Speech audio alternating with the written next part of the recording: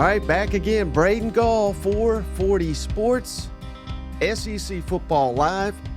And I think the biggest connoisseur of ML Rose that I know. How's it going, Braden? It's going well, man. It's good to see you. It's been a long time. And, I was wondering about you watching no SEC team playing the championship game. I was wondering how you were doing. Oh, I didn't watch that garbage. The season ended for me the day Texas went, and it was even embarrassing that Texas had to carry the flag for us. As they've been in the league for about 6 months. Hey, once you're in, you're part of the family. So they were as good as anybody else was in the league, and probably will be next year as well. It's such a shame to deprive yourself of college football, even if somebody else happens to be playing it. So, well, all right. Here's the truth. What I meant to do. This is what I've been doing. I've been doing it all NFL playoffs, and honestly, I've been doing it for college football playoff too, because there's only like one game on.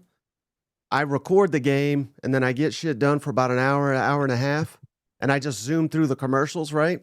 Oh yeah. And that's what I was doing for the championship, and I turned it on, and it was after the first 2 or 3 drives. I forgot to record it, so I don't even know what happened to the first quarter, but I did watch the rest of it. Well, you missed one amazing, spectacularly well planned and orchestrated drive by Notre Dame, and then Ohio State doing Ohio State things for about 3 or 4 straight drives, and then it got real interesting in the third quarter. So you didn't really miss a whole lot. Yeah. Well, speaking of disappointing, aside from that championship game, who do you think was the biggest disappointment at the end of the day in the SEC? And I've got 3 candidates here, and it could be someone outside of this if you want, but I'm going Ole Miss.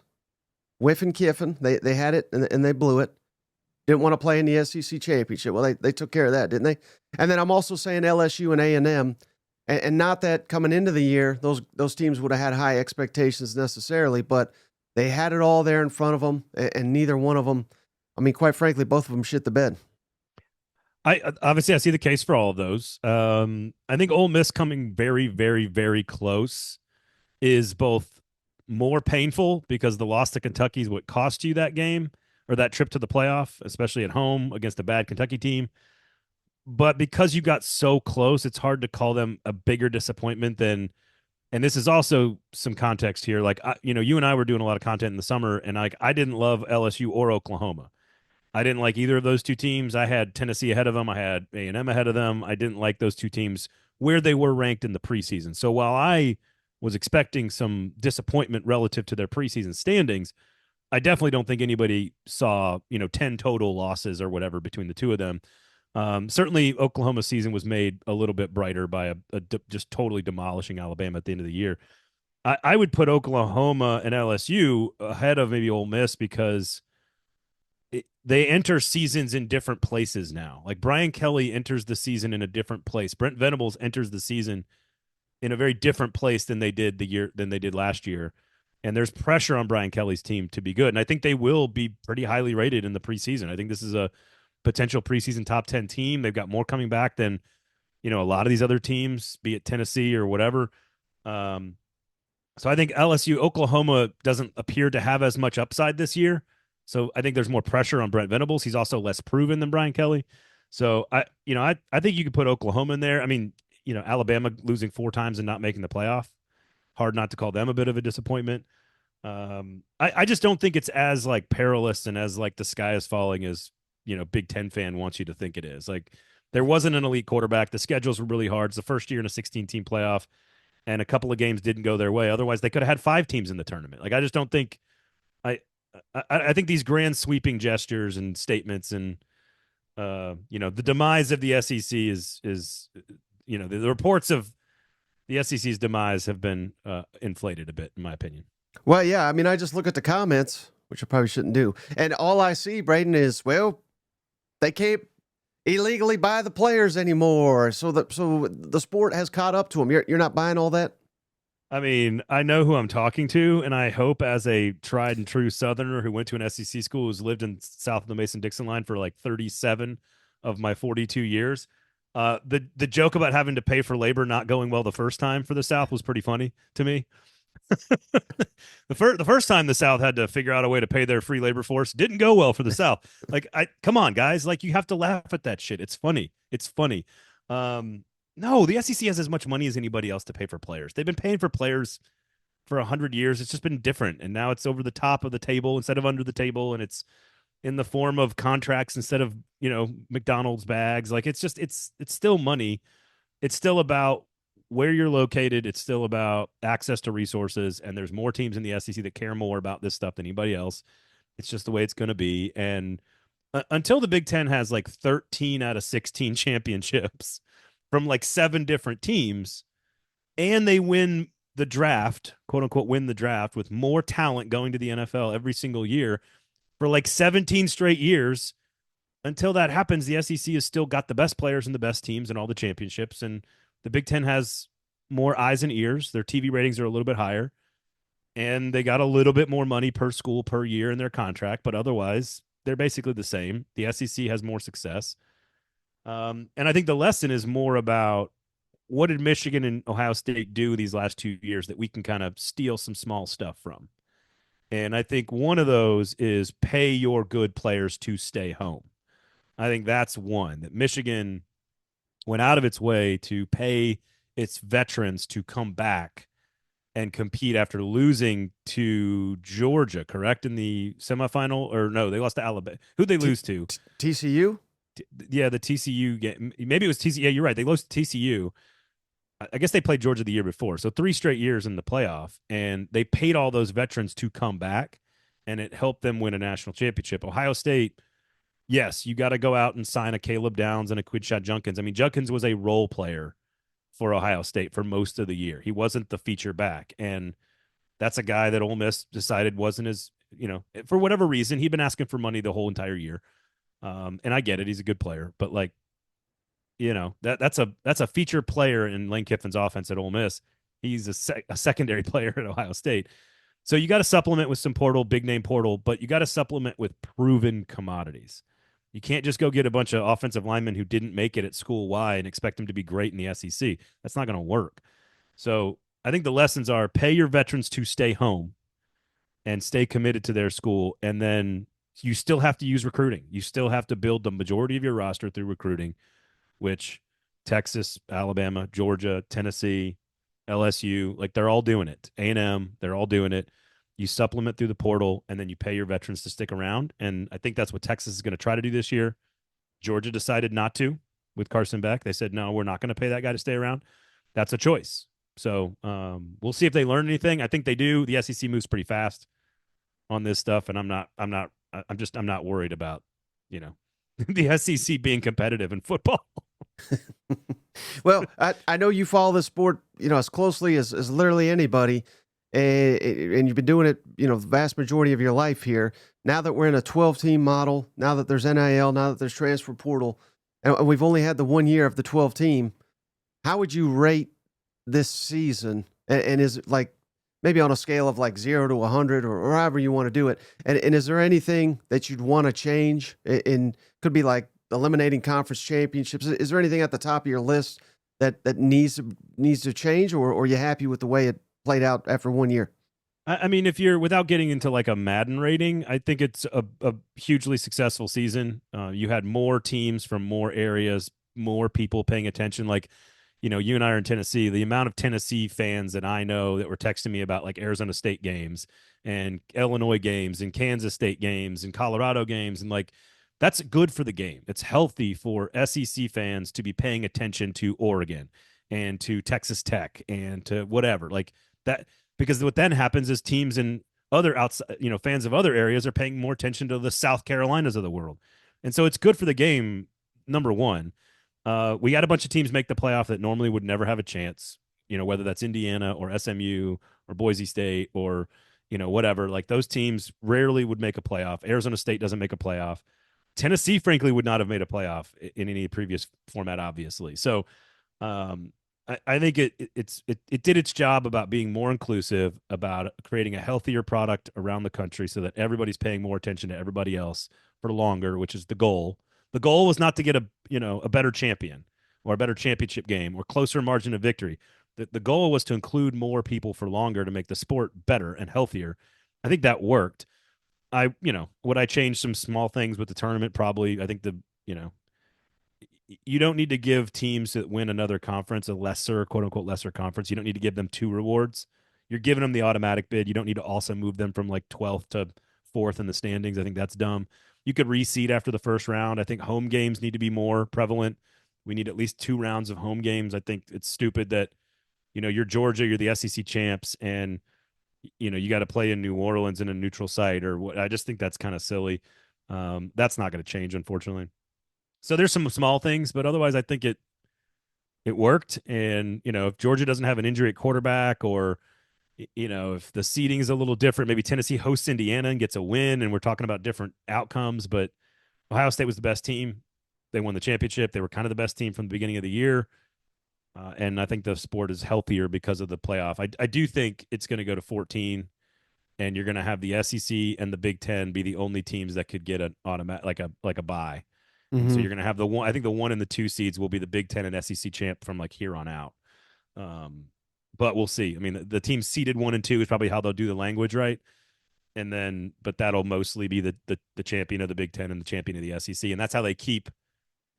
That's how they keep the at-large bids and not sort of take over the language of the governance model, but also maintain value in the SEC championship game, which I don't care about, but they do. So you can't do the 4-bye thing.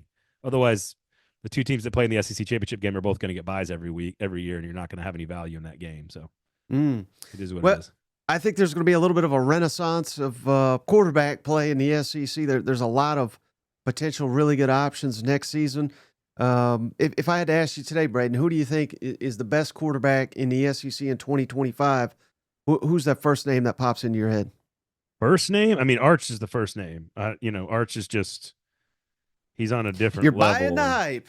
I don't think I need to buy the hype. I just think I need to buy history. What if his name was Arch Smith? No, I'm just kidding. Well, I mean, but then he wouldn't be treated like his genetic makeup would be different, and his processing skills would be slower. And I mean, like the swag on that kid is off the charts. That exists because of the name Manning. Like all these guys that have gone through that system, they all stayed longer than they were supposed to. Eli, Peyton, etc., and they all were handled with a very professional sort of like the circle of folks was closed and handled very professionally for a reason. Arch to me, like Quinn Ewers is going to be viewed, I find his legacy to be fascinating, but I think he's going to be viewed ultimately very positively over time when we look back on him, because he's the transition quarterback. And everybody sort of needs this guy. It was Chris Leak for Urban Meyer in Florida, getting to Tebow, got a national championship out of the deal. It was McElroy getting to A.J. McCarron. McElroy was kind of your 3-star guy who elevated Alabama with Saban in his first few years. I think Hendon Hooker is that guy, needs to be that guy for Tennessee. If they want to be a championship caliber program going forward, you need the transition quarterback that gets you from mediocre to championship caliber.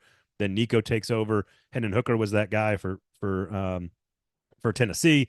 So you can see like Ewers is going to be that guy that gets him to Arch, the way Taj Boyd got Clemson to Deshaun Watson, or like you kind of need that transition guy. And I think Arch is absolutely the real deal. Sarkisian, they got some elite level 5-star talent on defense that's going to stick around. And I think Texas is your number 1 in the conference right now, not because of back-to-back, semifinals, but like I just think they're the best situation. I think Georgia's right there with them. I mean, Alabama's got a crazy quarterback battle. Garrett Nussmeier's on that list. Lenore Sellers is on that list. Nico could be the best of all of them, but he needs to develop. Honestly, DJ Lagway might be the best as well. So to your point about maybe a renaissance coming, Marcel Reed, you got Prabula at Missouri, you got Simmons at Ole Miss. I think Jackson Arnold's going to do very well at Auburn. Diego. Yeah. Gotta love Diego. I'm sure I'm missing some names in here, but like, I don't know how it's not Arch, Garrett Nussmeier, Lagway, maybe those 3. I might put Lagway at 2 behind Arch, but the issue here is even with Sellers and Nico, 2 very talented young players, like there's still a lot of unproven elements to a lot of these guys. So it I believe in a lot of these guys. But. Would you agree that it should be? I mean, who knows how everything will play out, but it should be one hell of a year for quarterbacks in the conference. I mean, it could be, yeah. Like I did feel, I think you and I talked about this last summer. Like I did feel like there was a lot of upside with a lot of rising talents this year. Like we had I had very high expectations for Nussmeier. I think he hit most of those expectations. I think the one that didn't was Connor Wegman. He probably was the big name that sort of didn't deliver. Jackson Arnold didn't sort of step forward, but I think he got a raw deal behind a really bad offensive line. Yeah, I mean, it's the same story. It's like Nico and Lenora Sellers have a lot of starts, but like still need to show some life, which I think they have plenty of upside. I think Nussmeier is the established guy. You look at Arch and Lagway stepping into big roles. I mean, ironically, Jackson Arnold's on this list again, but at a different school. Simmons, I think, is a rising star at Ole Miss. I think he could be really, really good. Perbula, we'll see. I think Reed could be very good, but it's a lot of sort of unproven guys that let's see how it works. John Mateer is a super, super fun player to watch. Very old school, like triple option type of like, like think like Colin Klein. If you're an A&M fan, you like your coordinator, think like Colin Klein offense. If he's going to do that at Oklahoma, that'll be super fun to watch and very hard to tackle.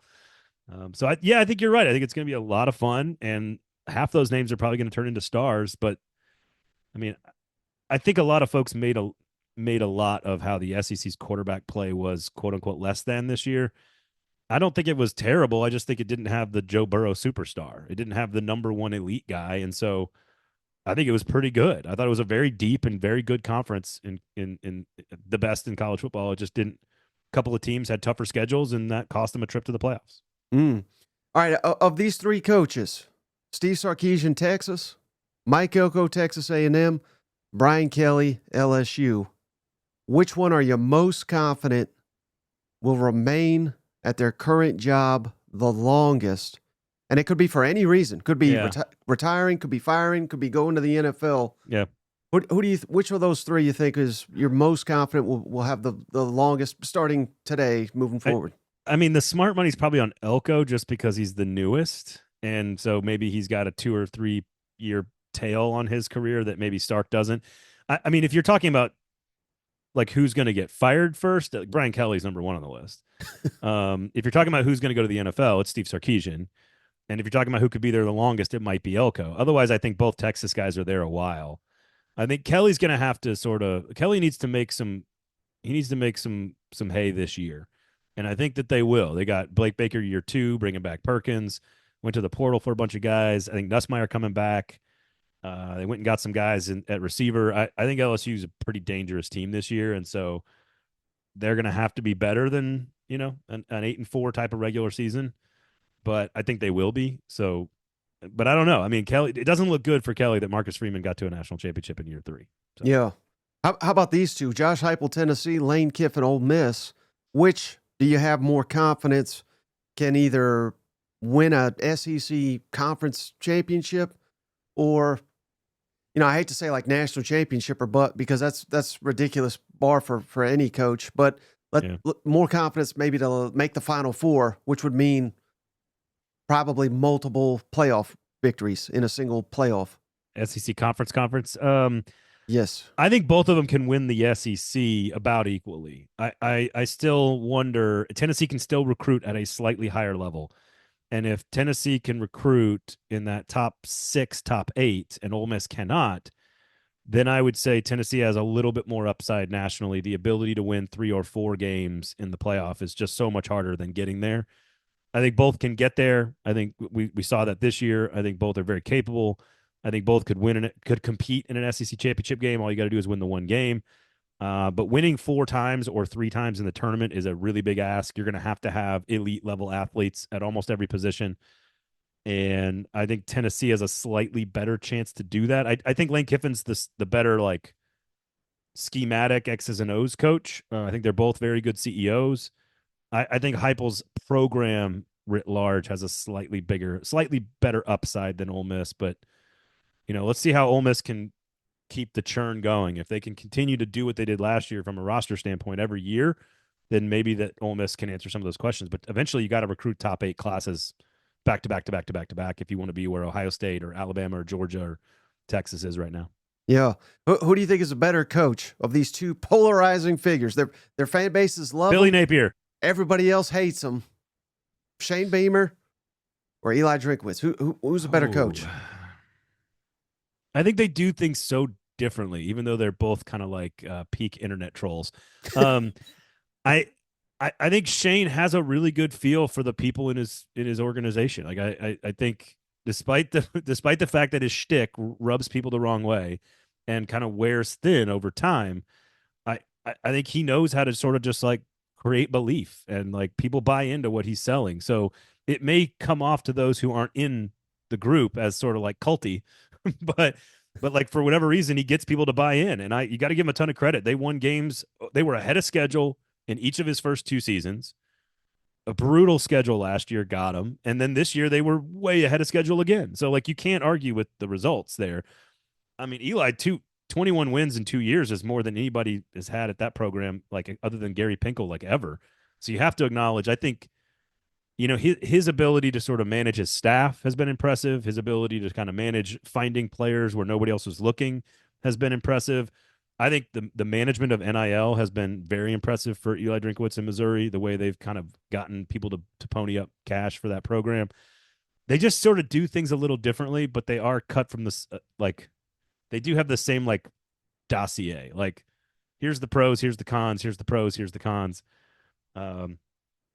I don't know. That's a really tough question. I don't know who I'd rather play for. What do you Josh think? Heupel? What do you think about Missouri's? But I guess it's strictly drink strategy that he said this offseason. What was it? Production over potential. And we just talked to Gabe Diorman, Power Mizzou, and he said, "Well, yeah, that's called spin when you lose a lot of talented young players." But nonetheless, I mean, they have been going. They're very active in the portal. They're to reload the roster, and with the changes coming, we're essentially, as we understand it, each team's likely going to have 15, 16 million, whatever you want to call it, to spend on a roster. Yeah. Is there a closing window perhaps for Missouri to where right now they're all in on NIL, and then in 6 months basically everybody's going to be in on it? Does that make sense? I agree with. Yeah, it absolutely does. I was going to go back and look at, and this might be something I do now that you've inspired me here, but I want to go back and sort of the team 2 years ago that ends up in the Cotton Bowl beating Ohio State. I'd love to go back and look at like those classes that sort of built up that, because like Luther Burden and Brady Cook were both homegrown players. I'd sort of love to know like how big of a, like, look at all those players that were drafted. How many of them were homegrown? And it would take me too long here to do it live on the air, but I'm kind of looking back at, Derry, like I want to dive into that, because what happens with a program like Missouri is you get like those 2 or 3 really good classes that work together to create the nucleus of a team that's very good. And we saw that nucleus sort of depart campus over the course of the last 2 years, right? Over this team and the team before. And the question is, can you do it again? And is it just a function of like for Missouri and Arkansas and South Carolina? Like, look at South Carolina's greatest tenure. It was exclusively because they had a ton of 5-star talent coming out of South Carolina. It was Stephon Gilmore, Alshon Jeffrey, Marshawn Lattimore. Like, they had an Jadeveon Clowney, like an incredible run of in-state talent. Same with Missouri under Pinkel. Same with Missouri under Drinkwitz. Arkansas's teams, right, when they were good with McFadden and those guys, like they were doing a lot of that stuff in-state as well. So I'm curious if you can do it again. You got to supplement in the portal. You got to use the portal. But like we said, you got to build. Your primary foundational building block has to be recruiting in the traditional sense. And so can they do it again? I think he's a good coach. Maybe the one difference is he might have his wandering eye might be a little bit more intense than Shane Beamer. I don't think Shane Beamer's going anywhere if he doesn't want to. Well, it's sticking on that theme. Hugh Freeze at Auburn, Kalen DeBoer at Alabama. What do you think is better suited for those specific jobs? Because I think I would imagine anybody that knows what they're talking about says Kalen DeBoer is better X's and O's. Hugh Freeze, though, is kicking ass in recruiting. I don't know which one do you think is better suited for the job they currently have? I mean, so much more. This would be interesting to ask you. Like, do we think recruiting? There's lots of coaches that built championship caliber programs with just recruiting. Like Miami's trying to do it right now, like just recruiting. You have to have some level to do both, and to win, you have to be able to do both. Like, you have to be a pretty solid X's and O's coach. You got to know how to build a staff. You got to know how to motivate. You got to know how to call games in the moment. You got to manage the game clock as well. Like, there's so much that goes into it more than just sort of being a CEO. And so much of the the recruiting now is outsourced to your offers, right? Like it's no longer about how good of a relationship I can build with mom and with dad and with the football coach. It's like, all right, we built a solid relationship at surface level, but here's a big check.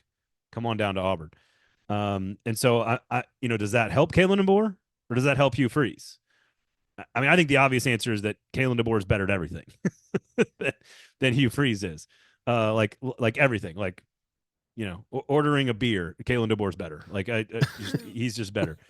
But not harassing. No. Okay, fair enough. Much better. Touche. Kalen DeBoer, not as good as Hugh Freeze at DMing people. Facts. These are tough but fair. Tough but fair. No, I think the job is equally as big at both places. I think Kalen DeBoer is a more well-rounded, complete football coach.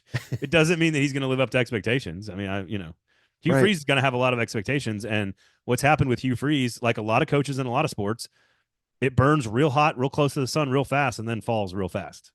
So, I think, do you want to build something long term that's sustainable? I think Kalen DeBoer has a better chance to do that. All right, last thing for you, Braden. Really appreciate your time. There's been no firings in the SEC. It's very rare, but there's a lot of reasons why with the House settlement and all that. But how many firings you think there'll be, or job openings, whatever you want to call it, a year from now? And obviously the main candidates, Sam Pittman, Mark Stoops, Brent Venables, maybe Jeff Lebby. Where would you set that over or under? What, like 2.5, 3.5? Yeah, I mean 2.5 probably. What's lost in the whole down year for the SEC is that like almost every team at the bottom overachieved. And that's why we didn't have any firings. Florida overachieved, although I would argue achieved exactly as I expected and predicted, that Billy Napier's closer to a contract extension than a firing, and everybody said I was crazy back in the summertime. But like South Carolina overachieved, Tennessee overachieved, Vanderbilt overachieved, Arkansas overachieved. Kentucky's in a weird spot because they have a really bad contract with Mark Stoops. If they wanted to get out of it, if they want to keep Mark Stoops, they've got a great contract. But if they want to get out of it, they're going to have to pay a fortune to buy him out. So I assume that that's more of a mutually parting of ways if that were to happen. He did not retire as I predicted, so there's one I got wrong. Yeah, I mean, Clark Lee was on the hot seat, Shane Beamer was on the hot seat, Billy Napier was on the hot seat, and they all did better than we expected. So I do think Brent Venables is a big one to watch at Oklahoma. If they're outside of the top 10 in the SEC again, which is possible, that's a bad sign. Hugh Freeze is absolutely at the top of the list because you never can predict Auburn. Brian Kelly, I don't think will get fired or is not on the hot seat, but I think he's under a lot of pressure to win right away. I wouldn't look past Billy Napier in Florida. That's always, you can be saved once, but saving somebody twice, you have to show serious progress, especially in year 4. I don't know. I would say 2.5, and I would probably take, I don't know, I might take the under on that actually. If it's firings, I'd take the under. If it's changes, I'll take the over. Okay. Way to play both sides. All right, well, Braden, go. There's a lot of these coaches that are going to be very hot commodities, right? Like, well, that's true. That's true. In a good way. In a good way. Yeah. All right, Braden Gall. Hey, before you go, tell the audience, how can they follow you? How can they find your work? I'm Braden Gall in the streets, so you just want to see me IRL, you can just find me there in the streets. No, I'm on Blue Sky, I'm on Twitter, I'm on the apps. I don't know, whatever. At 440 Sports, of course, is covering all things college football, everything in Nashville, Tennessee. So if you're a Tennessee Vols fan or you're in Nashville, you like Vanderbilt, we've got you covered. We cover the Preds, Nashville SC, the Tennessee Titans. We cover all kinds of news and stuff going on in the city.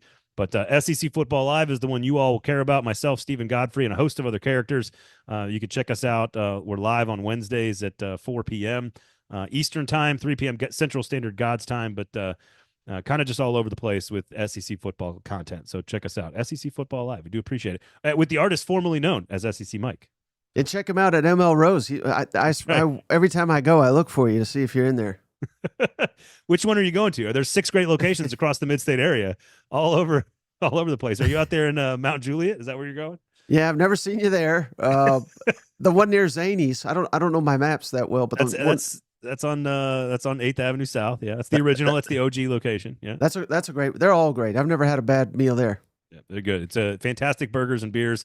They got great drink specials on Saturdays and Sundays. So ML Rose, one of your 6 great locations locally owned here in Middle Tennessee. So swing on by whenever you're in the area. And tell them 440 Sports sent you.